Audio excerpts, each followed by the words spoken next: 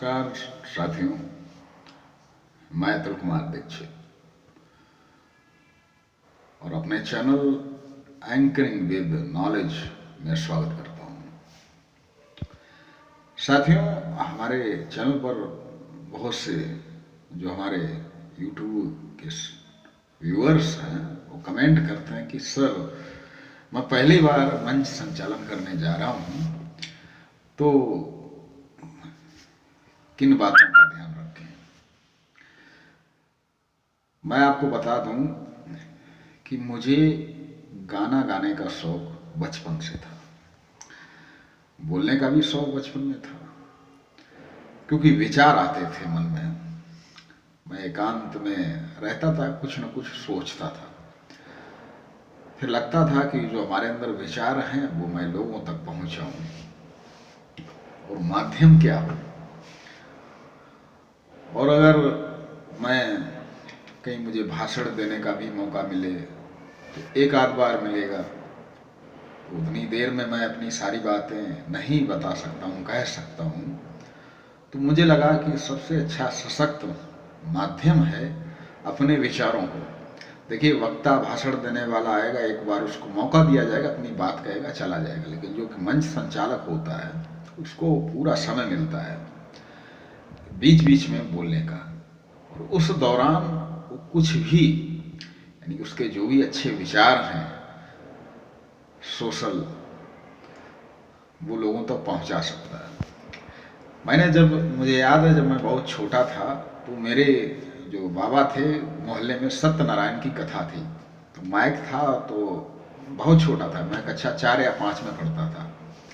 तो उन्होंने कहा, चूँकि मैं शुरू से मेधा भी था, होशियार था, लेकिन मुझे याद है कि पहली बार जब उन्होंने कहा कि माइक पर अनाउंस कर दो, माइक पर बोल दो कि कथा शुरू होने जा रही है, तो मैंने कहा, मैं छोटा ही था, मैंने माइक पकड़ा, और माइक पकड़ते ही मैं अपने होश खो बैठा। मैंने पूरा माइक हिला डाला और मुझे नहीं ध्यान है, मतलब मैं क्या क्या बोल गया। खैर, कहते हैं कि माइक बाली की तरह होता है कि आधी ताकत पहले ही खींच लेता है। लेकिन फिर धीरे धीरे बड़ा हुआ हूँ और मौके मिलने शुरू हुए, बोलना शुरू किया। पहले मैं ऐसे गाने गाना या भाषण देना, तो बड़ा मैं माइक के सामने पहुँचते ही मेरी हवा टाइट हो जाती थी, हमेशा से। पहले तो बहुत सोचता था ये बोलूँगा वो बोलूँगा, लेकिन जैसे ही माइक के पास पहुँचा फिर मैं अपने होशो-हवास खो बैठता था, शरीर पसीने पसीने हो जाता था।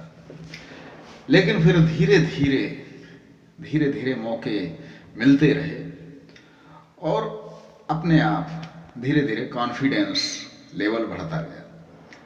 और एक समय आया कि जब मैंने माइक पकड़ा तो तालियों की गड़गड़ाहट, और लोग बेताबी से मुझे सुनने के लिए तैयार रहते थे।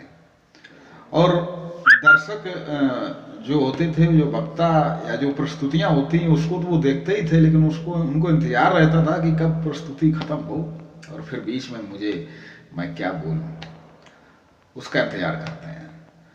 तो साथियों, मैं कहना बस ये चाहता हूं कि इसकी जो कोई टिप्स, कोई इसकी रेसिपी नहीं है कि ये टिप्स हैं, लेकिन फिर भी कुछ बातें हैं। जैसे